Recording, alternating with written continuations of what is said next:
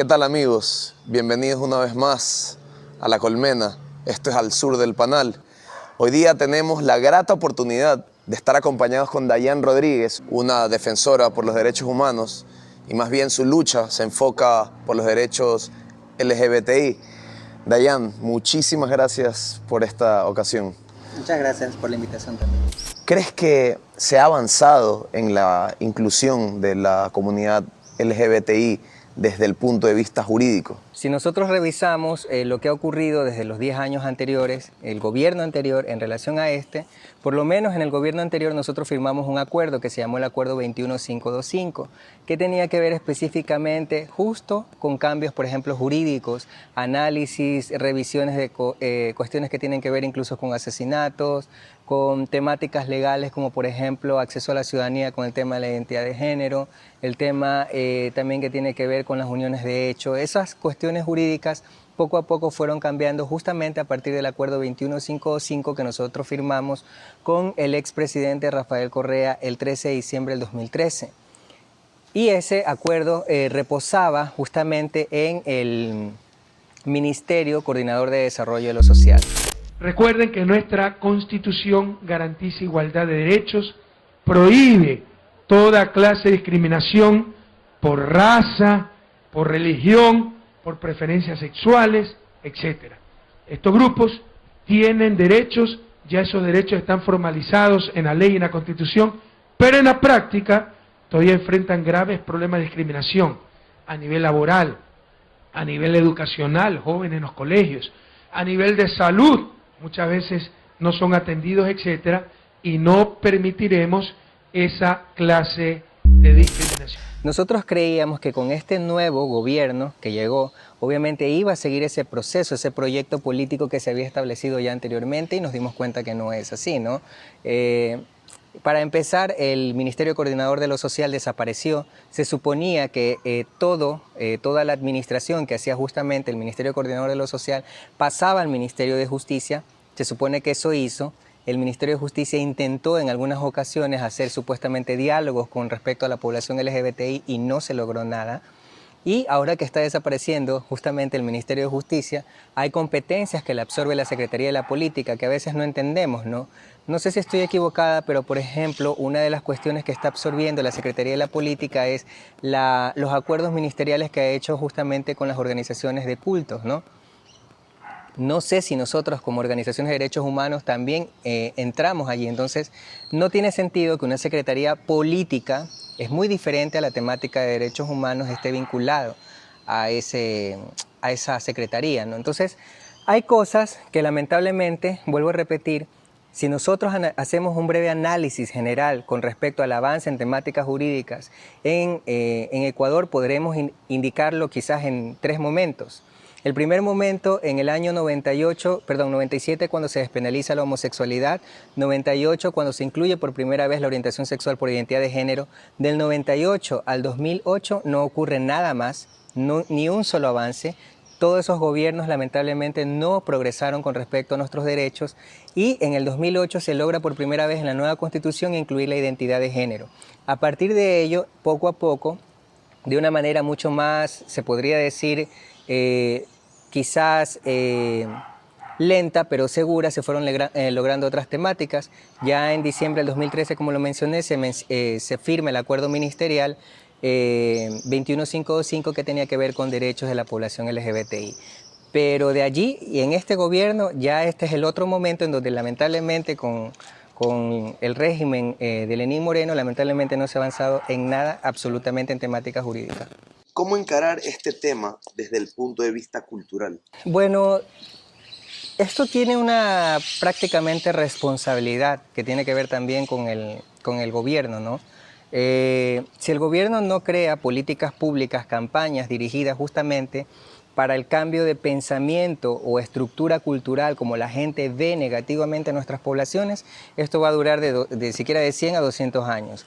Pero si existe un compromiso por parte del gobierno presente o de los que vengan, obviamente, para justamente encarar la temática de inclusión que tiene que ver con orientación sexual, identidad de género, y a eso me refiero, poblaciones LGBTI, por supuesto, vamos a avanzar. Entonces, si los gobiernos no hacen nada, como estamos viendo ahora con el actual gobierno del presidente Lenín Moreno, que desde el 24 de mayo, estoy siguiéndole la línea, desde el 24 de mayo del año 2017, cuando se posicionó, dijo, no haremos nada sin las poblaciones, sin las mujeres, ni los grupos LGBTI, y hasta el día de hoy ha vuelto a mencionar a los grupos LGBTI o ha ocurrido algo con respecto a los grupos LGBTI. Incluso, si mal no recuerdo, el 28 de junio de este año que pasó, la vicepresidencia hizo un evento en donde supuestamente la actual vicepresidenta María Alejandra Vicuña, en la gobernación del Guayas, llamó a las organizaciones LGBT, nunca llamaron a la Federación Ecuatoriana de Organizaciones LGBTI, sépase y entérese por favor, que nos tienen bloqueados por todas partes. Entonces llaman a ciertos grupos LGBT, de paso esta gente que van ahí, no es que son líderes LGBT, porque muchos de estos son funcionarios públicos que trabajan, que son LGBT y trabajan en este gobierno y que supuestamente son líderes y representantes de organizaciones de la sociedad civil, cuando nunca han tenido un proceso histórico de activismo dentro del país. Entonces llaman a estos grupos y los llaman diciéndoles que supuestamente van a presentar un decreto que el presidente Lenín Moreno ha firmado con respecto a la población LGBTI. Eso pasó el 28 de junio y cuando ellos llegaron allá, el cuento ya no era que iban a presentar el decreto, sino que anunciaban que el decreto ya estaba hecho y que estaba en el escritorio del señor presidente, licenciado Lenín Moreno, y que solamente faltaba firmar. Ya estamos en noviembre y creo que vamos a terminar el año y hasta el día de hoy, y créame, no va a salir. Y si llega a salir, quizás vayan a hacer algún show, han de llamar de nuevo a los LGBTs para las previas de las seccionales, y seguramente no llamarán a la federación, llamarán a algunos grupos de ahí, los harán presentar y quizás pueda que presenten, ojalá presenten el decreto, o si no debe ser otro show en donde digan que van a hacer algo por nosotros, hasta el día de hoy no hacen nada. ¿No crees que los medios de comunicación de cierta manera están ayudando a crear una especie de imaginario muy estereotipado de la comunidad LGBTI? Yo creo que podemos referirnos específicamente aquí en Ecuador a la Ley Orgánica de Comunicación. La Ley Orgánica de Comunicación fue lo más saludable que pudo ocurrir en toda la historia republicana del país, e inclusive fue un ejemplo a nivel internacional. Y digo fue por la manera en cómo la han destruido y la forma como les deslegitimado este gobierno, ¿sí? Nosotros por primera vez desde la sociedad civil tuvimos el poder, como debe de ser, que el Estado entregue el poder a la ciudadanía y seamos nosotros los decisores cuando encontremos alguna temática que vaya en afecto o en alusión hacia nuestras poblaciones. Y no me refiero a los LGBTs, me refiero a las mujeres, a los afrodescendientes, a los indígenas, a los campesinos, al montubio, a todas esas poblaciones que siempre, lamentablemente, la corporación mediática, no todas, pero la gran mayoría, deslegitima o desaprueba o nos utiliza como parte, obviamente, mercadería que somos dentro de su construcción como empresa, porque hay que verla como empresa primero, ¿no? Entonces, partiendo de ese punto, yo puedo verificar que, por ejemplo, en el gobierno anterior nosotros tuvimos la oportunidad de hacer respetar la Ley Orgánica de Comunicación y a partir de ello no solamente nuestras poblaciones, sino otras poblaciones también eran respetadas. ¿Qué era lo que ocurría? Antes de la Ley Orgánica de Comunicación se decía cualquier vascosidad, con todo el respeto, no todos en los medios, pero sí en algunos, con respecto a nuestras poblaciones. Pero le llegó la Ley Orgánica de Comunicación y eso cambió. Hicimos respetar a nuestras poblaciones. Y esa temática de estereotipada, obviamente, que promueven los medios de comunicación, tuvo un mayor control. Un mayor control en donde no tuviera que afectar a nuestras poblaciones. Lamentablemente, en la actualidad, con todo lo que están haciendo y destruyendo y desbaratando el país, la Ley Orgánica de Comunicación ha sido otro de los puntos, lamentablemente, los nudos críticos que ha visto este gobierno para confabularse, obviamente, con las grandes empresas y las corporaciones mediáticas. Entonces, en este momento, lamentablemente, los medios de comunicación no funcionan como deberían o como estaban funcionando anteriormente. Ojalá, no sé, yo no tengo esperanzas en este gobierno, sino en otro gobierno, pueda rescatar lo que fue la Ley Orgánica de Comunicación y por supuesto que sí mejorarla, ¿no?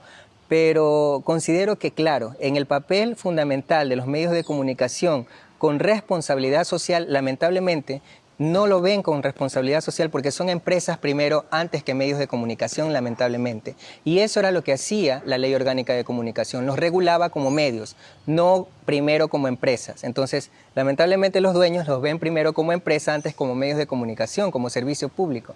Entonces, como no lo ven así, entonces responden a los intereses de los dueños y, por supuesto, si los dueños están confabulados con el actual gobierno, van a responder en esa medida, ¿no? Nosotros revisamos incluso los medios de comunicación en años anteriores, en el 2017, 2016, cómo sacaban las temáticas LGBT.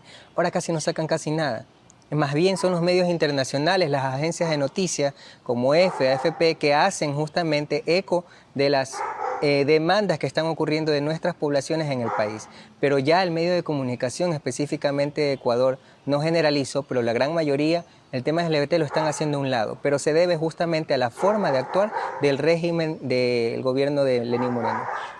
Dayan, ¿crees que es imposible llegar a cambiar la mentalidad de los extremistas, fundamentalistas?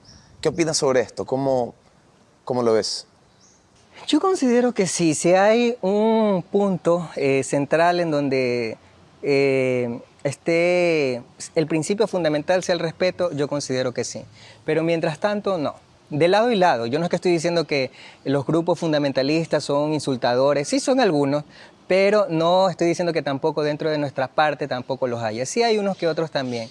Pero si hay grupos, como por ejemplo el nuestro, y existieran del otro lado, del grupo fundamentalista, grupos que se sentaran a dialogar y viéramos la forma, yo qué sé, de converger en una sociedad en la cual ni el punto de ellos ni los puntos de nosotros se encuentren como para que ellos piensen que nosotros vamos a superponer derechos ni ellos tampoco sobre nosotros, yo creo que sí podemos avanzar. Pero para eso hay que buscar. Yo alguna vez intenté dialogar con algunos grupos. Es más, cuando vino el Papa en el gobierno anterior, recuerdo, no me acuerdo qué año, nosotros enviamos una carta pública para ver si es que era posible reunirnos con él. Yo soy atea. Pero sin embargo, yo estoy muy clara que justamente el poder de la iglesia es un poder muy potente dentro de nuestra cultura. Y eso hay que respetarlo, no tengo nada en contra de ello. Es más, busco las formas de poder quizás encontrar algún punto en la que nosotros podamos justamente converger, ¿no? Aunque resulte antagónico, pero realmente así debería de ser, si es que nosotros queremos hacer sociedad. ¿Qué piensas del nuevo presidente electo de Brasil, Jair Bolsonaro, siendo abiertamente pro-tortura, racista, misógino y totalmente en contra de la comunidad LGBTI? A ver, yo espero que este señor, luego de todo ese tipo de declaraciones y llegando al poder, aunque lo dudo, haya reflexionado y pueda, obviamente, no ejercer en la medida de sus creencias y sobre todo su tipo de odio, porque eso es misoginia, no es homofobia, es homo-odio. Hay un sinnúmero, no es tampoco que me refiera, es racismo lo que él hace también, ¿no? Entonces, hay un sinnúmero de características que lo convierte como en el Donald Trump de acá de Latinoamérica, ¿no? Y que lamentablemente es triste que en la actualidad estas personas hayan llegado al poder, pero creo que también es como un ejemplo a nivel regional para darnos cuenta qué es lo que no debemos hacer los ciudadanos y por quiénes no debemos de votar, por qué ideología política nosotros no debemos de votar. Nos podemos dar cuenta que a nivel regional están ocurriendo un sinnúmero de retrocesos justamente por líderes de derecha que lamentablemente han llegado al poder en este momento, ¿no? Entonces, y por ejemplo acá en Ecuador con líderes que primero se vistieron de izquierda y que ahora se sacan la máscara y son de derecha. Hablo específicamente del gobierno de Lenín Moreno, ¿no? Entonces, eso ha ocurrido a nivel regional y yo considero que, bueno, que voy a hablar desde dos puntos. El primero desde la ciudadanía y segundo desde el espectro prácticamente del poder. Desde el poder momentáneo, ¿no? Gubernamental. Porque el poder realmente está en la ciudadanía y eso tienen que estar claros todos. Desde la ciudadanía yo considero, insisto, en que es como una lección en la cual nosotros debemos darnos cuenta qué es lo que no podemos volver a hacer. Y tampoco estoy diciendo que quizás líderes de izquierda nos asegure un futuro mejor, pero sí posiblemente nos estén orientando hacia un mejor camino y que tengan una mejor perspectiva con respecto a nuestros derechos en general. Que vuelvo a repetir, por ejemplo, en Ecuador fuimos engañados. Eso hay que tenerlo bien en claro. Entonces, pero es un ejemplo de qué ideologías políticas o qué ideologías dentro de los líderes políticos nosotros no debemos de seguir. Y ahora desde el poder, específicamente el poder momentáneo que tienen estas personas, yo espero, ojalá que, por ejemplo, si esta persona sigue con su racismo, con su homofobia, con su misoginia, ojalá hayan otros mecanismos independientes dentro de ese país que lo puedan detener. Ha pasado con Estados Unidos. Donald Trump ha querido, por ejemplo, retroceder en algunas temáticas, específicamente de población transgénero con respecto a los militares. Creo que quería impedir que las personas transgéneros accedan justamente a las filas militares, que ya lo estaban haciendo. Afortunadamente, una corte de Estados Unidos, un juzgado, dijo que no, que él no tenía nada que ver y que eso iba a seguir ocurriendo en Estados Unidos. Entonces, ese tipo de independencia de poderes es la que necesitamos en este tipo de estados en los cuales se levanta una derecha en el poder ejecutivo. Si tuviéramos eso aquí en Ecuador, por ejemplo, que ya vemos que no es así, tenemos un consejo de transición, un consejo de participación ciudadana y control social de transición, tenemos una corte constitucional de vacaciones. ¿En qué país pasa eso, por favor? Dios mío, yo creo que si la gente no se da cuenta, aquí en Ecuador, por lo menos a nivel internacional, tienen que darse cuenta de la locura que está ocurriendo en este país. Estamos en un país sin derechos, no existe democracia en este país en este momento. Hay persecución política contra todos, incluso hasta conmigo, con un sinnúmero de perfiles sociales y políticos que han existido en el país. Y eso no puede ocurrir. Se habla de aires de libertad, no sé qué aires de libertad. Entonces decía, no tenemos Consejo de Participación Ciudadana, no tenemos Corte Constitucional. Tenemos una asamblea en donde cogen y sacan a cualquiera porque van a visitar a una persona y no tienen todas las pruebas suficientes, se reúnen entre todos, maquinan sus cosas y cogen y terminan sacando a una persona porque solamente, repito, fue a visitar a otra a la cárcel y con el permiso, obviamente, de las propias autoridades. O sea, ocurren cosas inverosímiles aquí. O sea, teníamos un fiscal encargado. Esa figura no existe en ninguna parte de nuestro orden constitucional. ¿Cómo es eso que puede ocurrir un fiscal encargado y de paso se preste para hacer un sinnúmero de persecuciones políticas, ¿no? Entonces, ojalá la gente fuera del país, porque aquí en Ecuador parece que están durmiendo, fuera del país pudieran entender lo que ocurre en este momento. Ha sido una desestructuralización total de nuestro país y a los líderes políticos y sociales nos tienen perseguidos por todos lados. Mucha gente se ha ido, otra gente está a punto de irse y es lamentable que obviamente esto sea el resultado de un engaño como ha sido de un proyecto político que mucha gente por la que votó y en la actualidad no se está cumpliendo, que es un proyecto de derecha. ¿Está la sociedad civil actualmente jugando un rol decisivo en este tema? Lo que ocurre es que lamentablemente están ocurriendo un sinnúmero de cambios que hace ocupar a las organizaciones de la sociedad civil nuestros esfuerzos en otras cuestiones, ¿no? Como por ejemplo este tránsito primero del Ministerio de Coordinador de lo Social, de nuestras políticas públicas hacia el Ministerio de Justicia y del Ministerio de Justicia ahora a una Secretaría de Gestión de la Política, ¿no? Entonces, aunque han creado una Secretaría de Derechos Humanos, pero todavía, repito, no sabemos si es que realmente las organizaciones de la sociedad civil vamos a parar a la Secretaría de Derechos Humanos o a la Secretaría Política. Entonces, las organizaciones de la sociedad civil, por más que querramos centrarnos en nuestras ocupaciones que tienen que ver con el avance de nuestros derechos, estas cosas nos distraen. Y nos hacen, en este momento, todas las organizaciones a nivel nacional, y no me refiero a los LGBTs, están viendo, y bueno, ¿y ahora qué vamos a hacer? Tenemos que actualizar directorio, tenemos que hacer esto, tenemos que hacer lo otro con la nueva institución que se está creando. Entonces, deberíamos nosotros de actuar justamente con los mecanismos internacionales, ocuparnos en denunciar, pero también estamos siendo bloqueados. No hace mucho vino justamente el relator especial de las Naciones Unidas, si no me equivoco, ¿no? De la ONU.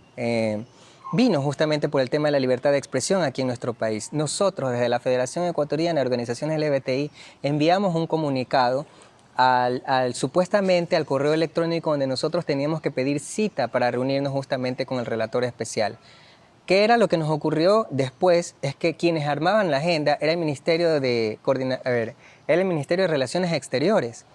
¿Cómo puede un Ministerio de Relaciones Exteriores coordinar la agenda de un relator especial con respecto a la temática de libertad de expresión dentro de un país? O sea, eso es una locura. Por eso es que a nosotros nunca nos dieron la cita y justamente íbamos a denunciar la persecución política que están viviendo no solamente yo, otros compañeros LGBT que han estado trabajando en algunas carteras de Estado y que los han votado por no responder a la ideología política del actual gobierno, ¿no? Entonces nos quedamos con los brazos cruzados y entonces hacemos nuestros intentos, pero realmente a veces estamos bloqueados por todos lados dentro del país. Hemos pensado ahora justamente llevar esta especie de relatoría que hicimos justamente de persecución política a la libertad de expresión de poblaciones LGBT a otro ámbito, quizás yo que sé, a la europea, porque ya no sabemos qué hacer. Si aquí la americana está confabulado, aparentemente, con la ecuatoriana, en donde nos bloquean a las organizaciones de la sociedad civil, entonces tenemos que acudir a otros medios, pero también es complicado, ¿no? Pero vuelvo a repetir, tratamos de hacer nuestros esfuerzos, pero el gobierno con la desestructuración que están haciendo de todita el Estado, de todo el Ecuador, lamentablemente distrae a las organizaciones de la sociedad civil de lo que realmente tenemos que hacer. Dayan, ¿qué le dirías a las personas que despliegan estos argumentos para negarse al matrimonio homosexual? Yo considero que, bueno, estamos en una especie de pugna en la cual nosotros intentamos ser reconocidos por este Estado en las mismas condiciones que el resto, ¿no? Entonces, si tú te puedes casar, yo también tengo derecho a casarme con quien yo quiera, sea hombre o sea mujer, eso es mi problema. O sea, el Estado no tiene por qué meterse debajo de las sábanas de nosotros, la Iglesia tampoco. O sea, nadie tiene que meterse bajo de las sábanas de nadie. El Estado lo que debe asegurarnos es que tengamos los mismos derechos que todos. Si tú tienes acceso a la unión de hecho homosexual o heterosexual, obviamente yo también, pero si tú tienes solamente acceso al matrimonio y yo no tengo acceso al matrimonio, eso es una desigualdad que el Estado tiene que mermar y tratar de reconocer que obviamente se ha equivocado durante todo este tiempo y crear una política pública que permita que nuestras poblaciones tengan acceso justamente a matrimonio. Porque al fin y al cabo, si vamos a hablar específicamente de matrimonio, a pesar de que venga del derecho canónico, lamentablemente existe la palabra matrimonio como un elemento legal. Y si es un elemento legal dentro de un Estado constitucional, tiene que ser reconocido. Dayan, y ya para terminar esta entrevista, ¿tú crees que la tolerancia es lo mismo que la inclusión? No, la tolerancia es, o sea, yo te tolero, ya. Más o menos así. Okay. Pero la inclusión no. Tolerancia e inclusión me dijiste, ¿no? Sí. Entonces, claro, la tolerancia es ya así. Inclusión es, ven, participa conmigo, es otro semblante, es otra perspectiva, ¿no? Es como mucho más respetuosa y más que respetuosa es una forma que tiene que ver específicamente con un ánimo diferente. La tolerancia es como algo como que te soporto, te tengo, pero es algo como negativo. Pero la inclusión tiene que ver específicamente con que ven, participa con nosotros. Seamos un equipo, seamos sociedad, seamos un conjunto de seres humanos. Eso tiene que ver con inclusión. Entonces, por eso cuando yo escucho que alguien dice, hay que tolerar, entonces esas cosas suena horrible, así como lo dije yo, suena horrible, no es algo que realmente sirva para nuestras poblaciones. Lo realmente que debe de servir y debe de ser discursivo justamente para nuestras poblaciones es incluir y respetar. Amigos, pues esto fue todo en el segmento Al Sur del Panal. Muchísimas gracias. Sigan viendo La Colmena. Nosotros somos La Resistencia. Gracias.